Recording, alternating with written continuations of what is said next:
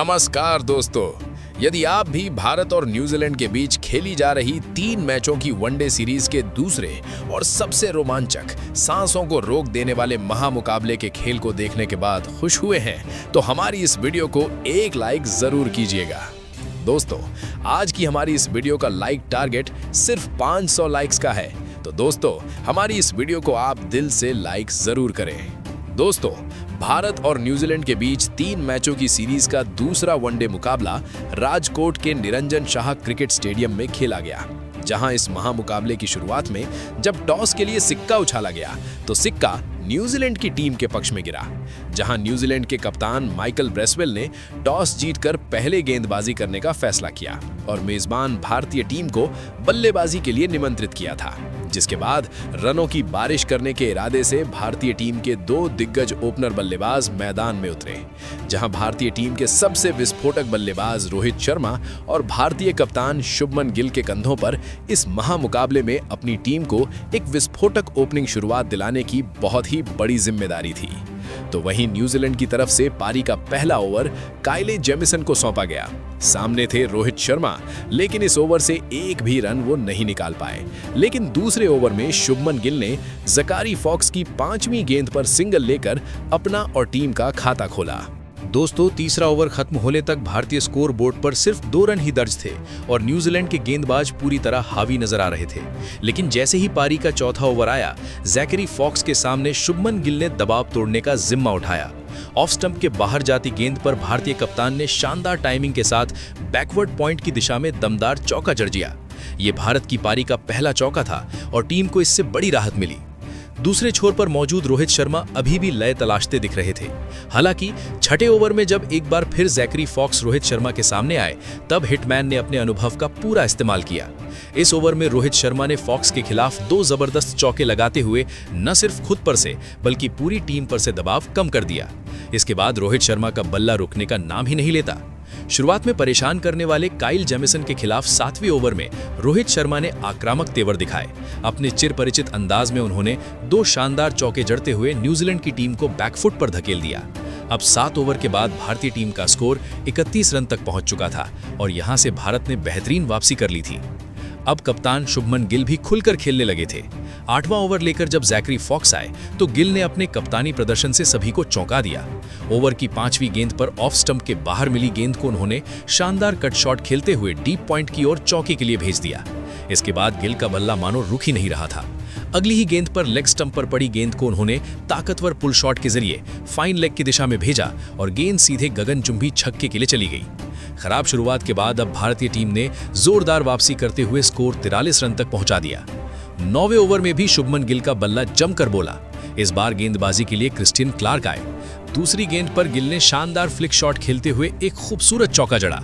इसके बाद चौथी गेंद पर ऑफ स्टंप के बाहर की गेंद को बेहतरीन कट शॉट के साथ डीप पॉइंट की ओर गैप में भेजते हुए एक और चौका हासिल किया। इस ओवर से कुल 12 रन आए और 9 ओवर के बाद भारत बिना कोई विकेट गंवाए 55 रन पर पहुंच चुका था, यानी टीम का अर्धशतक पूरा हो गया था। दूसरी ओर रोहित शर्मा और शुभमन गिल के बीच एक शानदार साझेदारी आकार लेने लगी थी। पावर प्ले के खत्म होने तक 10 ओवर में भारतीय टीम ने 57 रन बना लिए थे। जो न्यूजीलैंड की गेंदबाजी शुरुआत में बेहद खतरनाक नजर आ रही थी, वो अब भारतीय बल्लेबाजों के सामने पूरी तरह बैकफुट पर आ चुकी थी।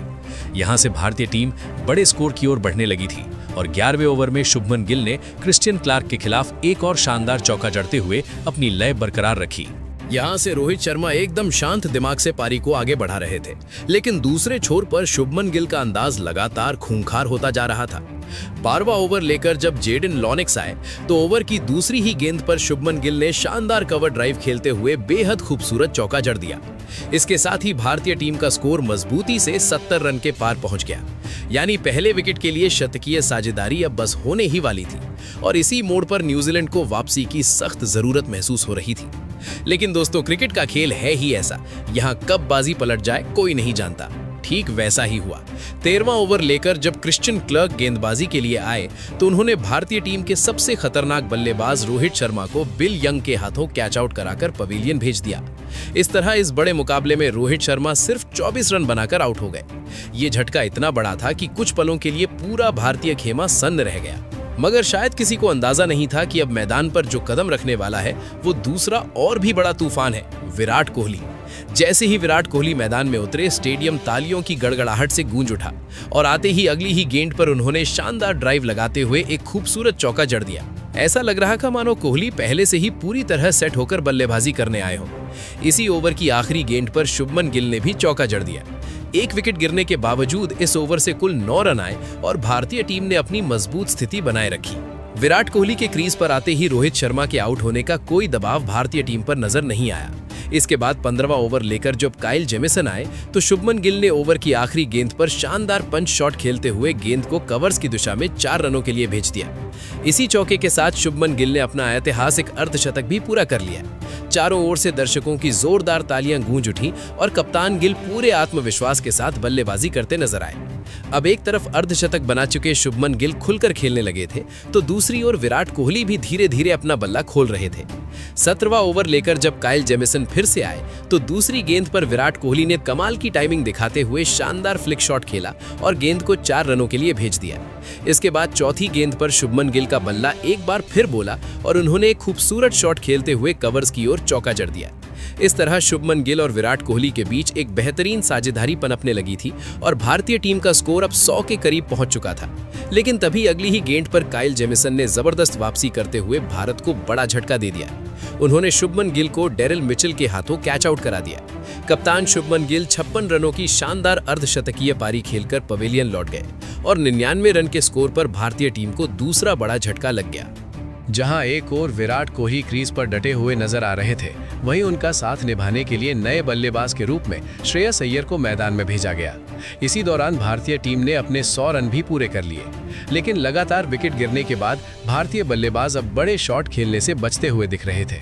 यानी पूरी भारतीय बल्लेबाजी इस वक्त बैकफुट पर आ चुकी थी और न्यूजीलैंड की जबरदस्त वापसी ने टीम इंडिया को चौंका दिया था। बढ़ते दबाव को भारतीय बल्लेबाज झेल नहीं पाए और 22वें ओवर में गेंदबाजी के लिए आए क्रिश्चियन क्लार्क ने श्रेयस अय्यर को भी माइकल ब्रेसवेल के हाथों कैच आउट करा दिया। आज श्रेयस अय्यर सिर्फ 8 रन बनाकर पवेलियन लौट गए।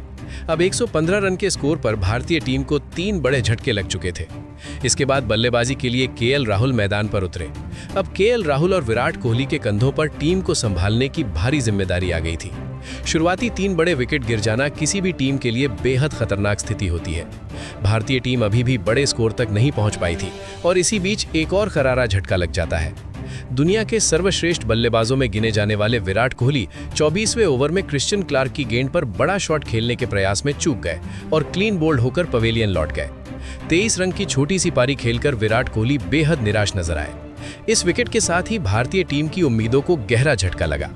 118 रन पर 4 बड़े विकेट गिरने के बाद टीम इंडिया पूरी तरह हतप्रभ रह गई थी। अब अगले बल्लेबाज के रूप में रविंद्र जडेजा को मैदान पर भेजा गया। भारतीय टीम के इस निराशाजनक प्रदर्शन ने दर्शकों का दिल तोड़ दिया था और न्यूजीलैंड की कसी हुई गेंदबाजी ने जिस तरह से भारत को बैकफुट पर धकेला वो वाकई हैरान करने वाला था। यहां से केएल राहुल और रविंद्र जडेजा के बीच एक संभलकर खेली जाने वाली लेकिन अहम साझेदारी बनने लगी। 28वां ओवर लेकर जब ग्लेन फिलिप्स आए तो केएल राहुल ने आगे बढ़कर गेंद को बाउंड्री की ओर धकेल दिया। डीप कवर्स की दिशा में चौका मिला और इसके साथ ही 63 गेंदों के लंबे इंतजार के बाद भारतीय टीम को एक बाउंड्री नसीब हुई। अब भारतीय टीम ने थोड़ी राहत की सांस ली क्योंकि बढ़ते दबाव के कारण स्कोरबोर्ड जैसे थम सा गया था। किसी भी बल्लेबाज के बल्ले से बड़ा शॉट देखने को नहीं मिल रहा था। इसके बाद 34वें ओवर में जब ज़कारी फॉक्स गेंदबाजी के लिए आए तो रविंद्र जडेजा ने एक गेंद को शानदार पुल शॉट के जरिए चौके के लिए भेज दिया। इसके साथ ही भारतीय टीम ने 34 ओवर में 160 रन पूरे कर लिए। लेकिन क्रीज पर मौजूद लोकेश राहुल ने अब अपना आक्रामक रूप दिखाना शुरू कर दिया।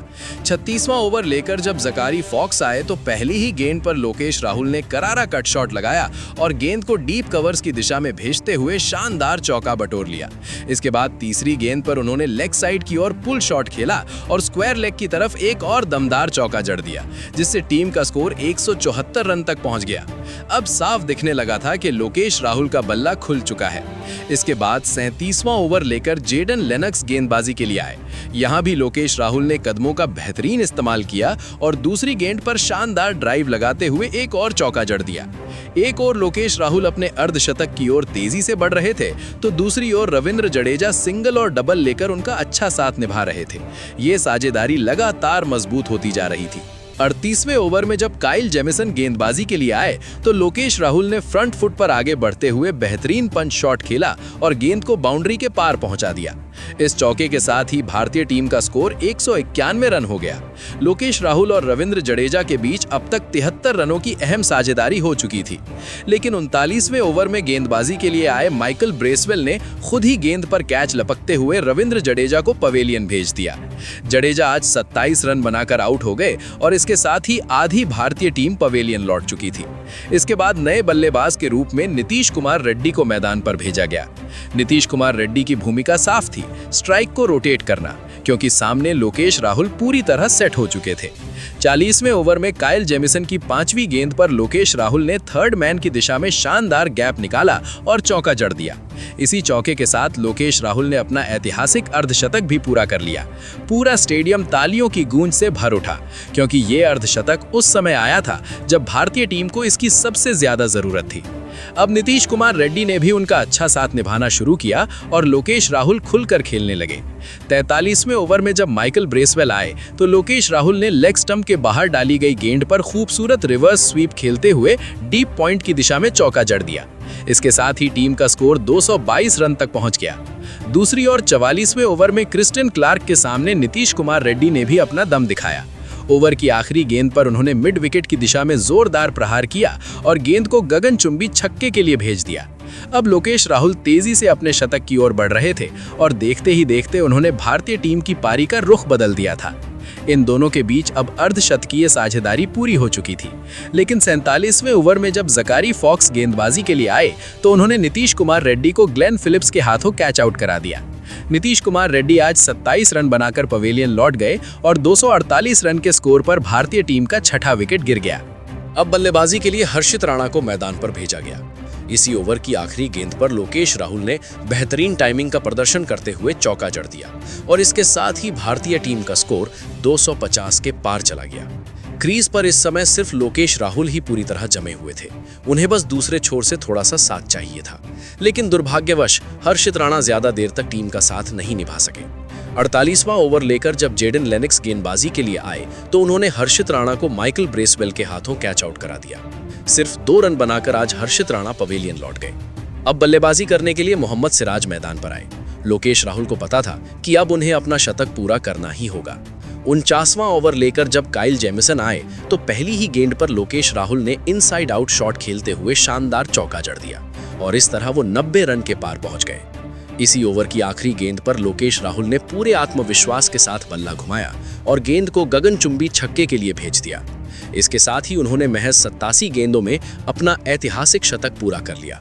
पूरा स्टेडियम तालियों की गड़गड़ाहट से गूंज उठा और भारतीय टीम का स्कोर भी 272 रन तक पहुंच गया था।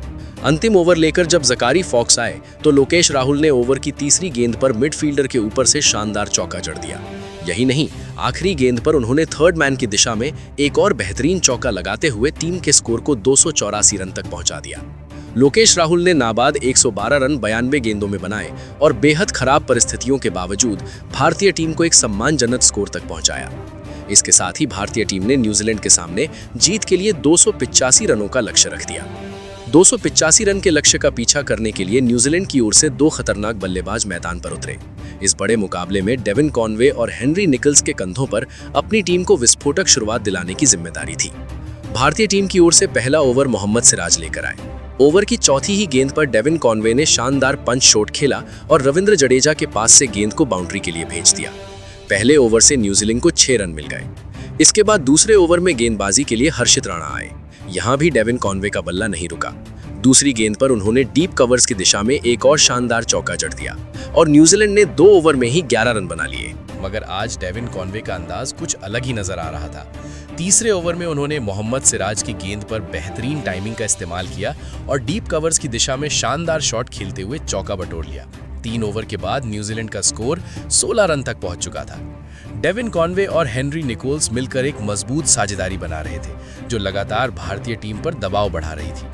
हालांकि आज भारतीय गेंदबाजी भी पूरे दमखम के साथ नजर आ रही थी। छठे ओवर में हर्षित राणा ने कमाल दिखाते हुए डेविन कॉनवे को क्लीन बोल्ड कर दिया। 14 रन बनाकर कॉनवे पवेलियन लौट गए और 22 के स्कोर पर न्यूजीलैंड को पहला झटका लगा। इस विकेट के साथ ही भारतीय गेंदबाजों ने राहत की सांस ली। इसके बाद बल्लेबाजी के लिए विल यंग मैदान पर आए और यहीं से मानो मैच का रुख बदलता हुआ नजर आया। विल यंग ने आते ही बेहद संयमित बल्लेबाजी शुरू की। पावर प्ले के आखिरी यानी 10वें ओवर में विल यंग ने शानदार समझदारी दिखाई। आखिरी गेंद को उन्होंने पूरी तरह से आने दिया और फिर थर्ड मैन की दिशा में गाइड करते हुए चौका जड़ दिया। इस तरह 10 ओवर के बाद न्यूजीलैंड ने 34 रन बना लिए थे। साफ नजर आ रहा था कि भारतीय गेंदबाजों ने वापसी करते हुए न्यूजीलैंड की रन गति पर ब्रेक लगा दिया था। लेकिन इसी दबाव का फायदा 13वें ओवर में प्रसिद्ध कृष्णा ने उठाया। उन्होंने ओवर की चौथी गेंद पर हेनरी निकोल्स को क्लीन बोल्ड कर दिया। आज हेनरी निकोल्स 10 रन बनाकर पवेलियन लौट गए और 46 रन के स्कोर पर न्यूजीलैंड को दूसरा बड़ा झटका लगा। इसके बाद बल्लेबाजी के लिए डैरिल मिचेल मैदान पर उतरे, लेकिन किसी ने सपने में भी नहीं सोचा था कि विल यंग और डैरिल मिचेल की ये जोड़ी आगे चलकर ऐसा कमाल करने वाली है।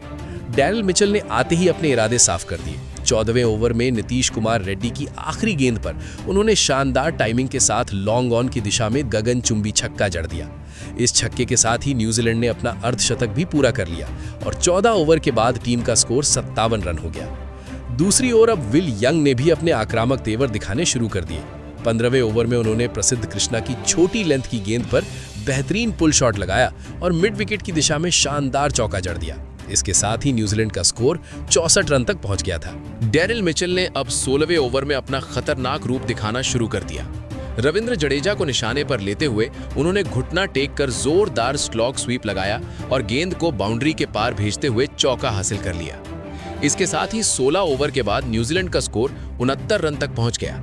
ये जोड़ी अब भारतीय टीम के लिए सबसे बड़ा खतरा बनती जा रही थी। कप्तान शुभमन गिल की कोई भी रणनीति काम करती नजर नहीं आ रही थी। कोई भी गेंदबाज इन दोनों बल्लेबाजों पर लगाम नहीं लगा पा रहा था और ये साझेदारी लगातार भारतीय टीम के लिए परेशानी का कारण बन चुकी थी। डैरिल मिचेल यही नहीं रुके। 21वें ओवर में उन्होंने कुलदीप यादव को निशाना बनाया। ओवर की तीसरी गेंद पर आगे बढ़कर लाइन के ऊपर बल्ला रखते हुए मिड विकेट की दिशा में शानदार शॉट खेला और गेंद को गगनचुंबी छक्के के लिए भेज दिया। इसके बाद चौथी गेंद पर उन्होंने back to back scoop shot खेलते हुए एक और चौका जड़ दिया। इस आक्रामक बल्लेबाजी के दम पर 21 ओवर में न्यूजीलैंड का स्कोर 96 रन तक पहुंच गया। सिंगल और डबल लेते हुए 22वें ओवर तक न्यूजीलैंड ने अपने 100 रन भी पूरे कर लिए। 2 बड़े विकेट गिरने का कोई दबाव अब न्यूजीलैंड के बल्लेबाजों पर दिखाई नहीं दे रहा था। इसके उलट दबाव पूरी तरह भारतीय गेंदबाजों पर आ चुका था। 23वां ओवर लेकर जब चाइनामैन गेंदबाज कुलदीप यादव आए तो डैरिल मिचेल ने एक और खूबसूरत चौका जड़ते हुए भारतीय टीम को पूरी तरह बैकफुट पर ढकेल दिया। ये साझेदारी इतनी मजबूत हो चुकी थी कि उसे देखकर हर भारतीय दर्शक निराश होता जा रहा था। भारतीय सरजमीं पर न्यूजीलैंड इस तरह का प्रदर्शन करेगा, इसकी किसी ने कल्पना भी नहीं की थी। शुरुआत भले ही न्यूजीलैंड की खराब रही हो, लेकिन यहां से टीम ने शानदार वापसी कर ली थी। 28वां ओवर लेकर जब प्रसिद्ध कृष्णा आए तो विल यंग ने बेहतरीन कट शॉट लगाते हुए गेंद को चौके के लिए भेज दिया। इसके साथ ही न्यूजीलैंड का स्कोर 134 रन तक पहुंच गया। विल यंग और डैरिल मिचेल के बीच अब अर्धशतकीय साझेदारी पूरी हो चुकी थी। भारतीय टीम के लिए किसी भी कीमत पर इस साझेदारी को तोड़ना बेहद जरूरी हो गया था, लेकिन किस्मत मानो टीम इंडिया से रूठी हुई नजर आ रही थी। इसी बीच डैरिल मिचेल ने इस मुकाबले में अपना शानदार अर्धशतक भी पूरा कर लिया।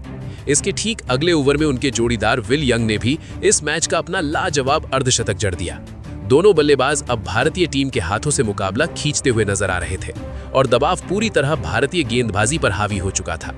देखते ही देखते इन दोनों की साझेदारी 100 रनों का आंकड़ा भी पार कर चुकी थी। भारतीय टीम गहरी मुश्किल में फंस चुकी थी और कोई भी गेंदबाज इन दोनों के विजय रथ को रोकने में सफल नहीं हो पा रहा था। पारी के 36वें ओवर में भारतीय टीम के सबसे खतरनाक स्पिन गेंदबाज कुलदीप यादव के खिलाफ विल यंग ने अपना आक्रामक अंदाज दिखा दिया। इस ओवर में उन्होंने पहले लगातार 2 शानदार चौके जड़े और फिर उसी लय में एक जबरदस्त छक्का भी लगा दिया। इसी ओवर में भारतीय टीम से एक बड़ी चूक भी देखने को मिली। दरअसल ओवर की चौथी गेंद पर डैरिल मिचेल ने स्वीप शॉट खेला और गेंद बल्ले के ऊपरी किनारे से लगकर हवा में उछल गई थी, लेकिन ये लड्डू जैसा आसान कैच प्रसिद्ध कृष्णा से छूट गया। इतना ही नहीं, इसी ओवर में विल यंग को रनआउट करने का भी एक बेहतरीन मौका भारतीय टीम के पास आया था, लेकिन वहां भी फील्डिंग में चूक हो गई और मौका हाथ से निकल गया। ऐसा लग रहा था मानो न्यूजीलैंड के ये दोनों बल्लेबाज आज फौलादी किस्मत के साथ मैदान में उतरे हों। भारतीय गेंदबाज उन्हें अपनी गेंदबाजी से परेशान तो कर रहे थे, लेकिन गेंद हर बार वहीं जा रही थी जहां कोई फील्डर मौजूद नहीं था। ये साझेदारी अब पूरी तरह भारतीय टीम के हौसलों पर हावी हो चुकी थी। विल यंग और डैरिल मिचेल ने मिलकर न्यूजीलैंड को 208 रन तक पहुंचा दिया था। जहां इन दोनों के बीच 162 रनों की विशाल साझेदारी हो चुकी थी। लेकिन तभी गेंदबाजी पर आए कुलदीप यादव ने अपनी फिरकी का जादू दिखाया और अपने शतक से महज 13 रन दूर खड़े विल यंग को अपने जाल में फंसा लिया। बड़ा शॉट खेलने के प्रयास में विल यंग ने गेंद को हवा में उछाल दिया और नीतीश कुमार रेड्डी ने शानदार कैच लपक लिया। इस मुकाबले में विल यंग ने 98 गेंदों में 87 रनों की शानदार पारी खेली और पवेलियन लौट गए। इस अहम विकेट के साथ कुलदीप यादव ने भारतीय टीम की डूबती हुई उम्मीदों को एक बार फिर जिंदा कर दिया। यहां से टीम इंडिया के पास मुकाबले में जोरदार वापसी करने का एक सुनहरा मौका बन गया था। इसके बाद बल्लेबाजी के लिए ग्लेन फिलिप्स मैदान पर आए, लेकिन दूसरे छोर पर डेरिल मिचेल अंगद की तरह पैर जमाकर डटे हुए थे। इसी बीच 39वें ओवर में मोहम्मद सिराज की गेंद पर डेरिल मिचेल ने मिड विकेट की दिशा में एक जोरदार और खूबसूरत चौका जड़ दिया। अब भारतीय गेंदबाजी के लिए इस मैच में वापसी का एक ही रास्ता बचा था, लगातार विकेट चटकाना। लेकिन ग्लेन फिलिप्स ने भी आते ही विकेट लेने वाले कुलदीप यादव के खिलाफ एक शानदार चौका जड़कर अपने इरादे जाहिर कर दिए। न्यूजीलैंड के बल्लेबाजों पर रन बनाने का कोई खास दबाव नहीं था, जिसकी वजह से भारतीय टीम के लिए जल्दी से जल्दी विकेट निकालना बेहद जरूरी हो चुका था।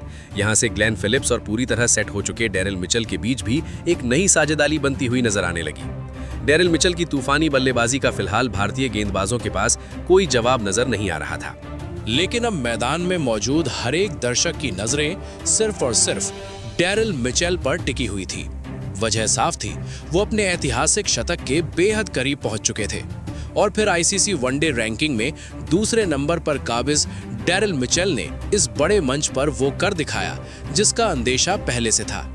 उन्होंने इस महामुकाबले में अपने वनडे अंतर्राष्ट्रीय करियर का 8वां शानदार शतक पूरा कर लिया। डेरिल मिचेल के सामने भारतीय टीम की गेंदबाजी पूरी तरह बेबस नजर आ रही थी। ग्लेन फिलिप्स और डेरिल मिचेल की ये जोड़ी अब भारत को इस मुकाबले में पूरी तरह बैकफुट पर ढकेल चुकी थी। यहां से भारतीय टीम की डूबती नैया को पार लगाने के लिए किसी बड़े चमत्कार की जरूरत थी और पूरे भारतीय खेमे को उसी चमत्कार की उम्मीद थी। लेकिन डेरिल मिचेल और ग्लेन फिलिप्स की इस जोड़ी ने उन सारी उम्मीदों पर पानी फेर दिया। दोनों बल्लेबाज भारतीय टीम के हर गेंदबाज पर बेरहमी से हमला करते जा रहे थे। खास तौर पर प्रसिद्ध कृष्णा के खिलाफ ग्लेन फिलिप्स ने सामने की दिशा में गगनचुंबी और जोरदार छक्का जड़कर भारतीय खेमे को पूरी तरह हिला दिया। आखिरकार डेरिल मिचेल और ग्लेन फिलिप्स की इस बेहतरीन साझेदारी ने अपनी जबरदस्त बल्लेबाजी के दम पर भारतीय टीम को इस रोमांचक मुकाबले में 7 विकेट से शिकस्त दे दी। इस बड़े मुकाबले में भारतीय टीम की रणनीति पूरी तरह नाकाम साबित हुई। डेरिल मिचेल ने अकेले के दम पर भारतीय गेंदबाजों को पूरी तरह बेअसर कर दिया। डेरिल मिचेल ने इस मैच में 117 गेंदों पर नाबाद 131 रनों की मैच जिताऊ और शानदार पारी खेली, जो लंबे समय तक याद रखी जाएगी। हालांकि इसके बावजूद भारतीय टीम की ओर से केएल राहुल ने एक बार फिर सभी का दिल जीत लिया। केएल राहुल ने अपनी बेहतरीन बल्लेबाजी से उस समय भारतीय टीम को संभाला जब टीम गहरी मुश्किल में फंसी हुई थी। उन्होंने भारतीय टीम को एक सम्मानजनक और बड़े स्कोर तक पहुंचाया। केएल राहुल ने 92 गेंदों में 112 रनों की एक साहसी, शानदार और यादगार पारी खेली, लेकिन दुर्भाग्यवश अंत में भारतीय टीम और उसकी गेंदबाजी इस मुकाबले को बचा नहीं पाई।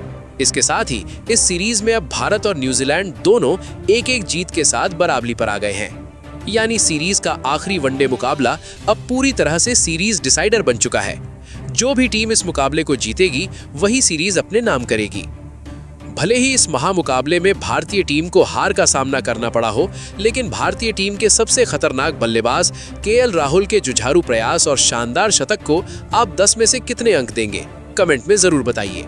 अगर आप नए हैं तो चैनल को सब्सक्राइब करना ना भूलें। जय हिंद।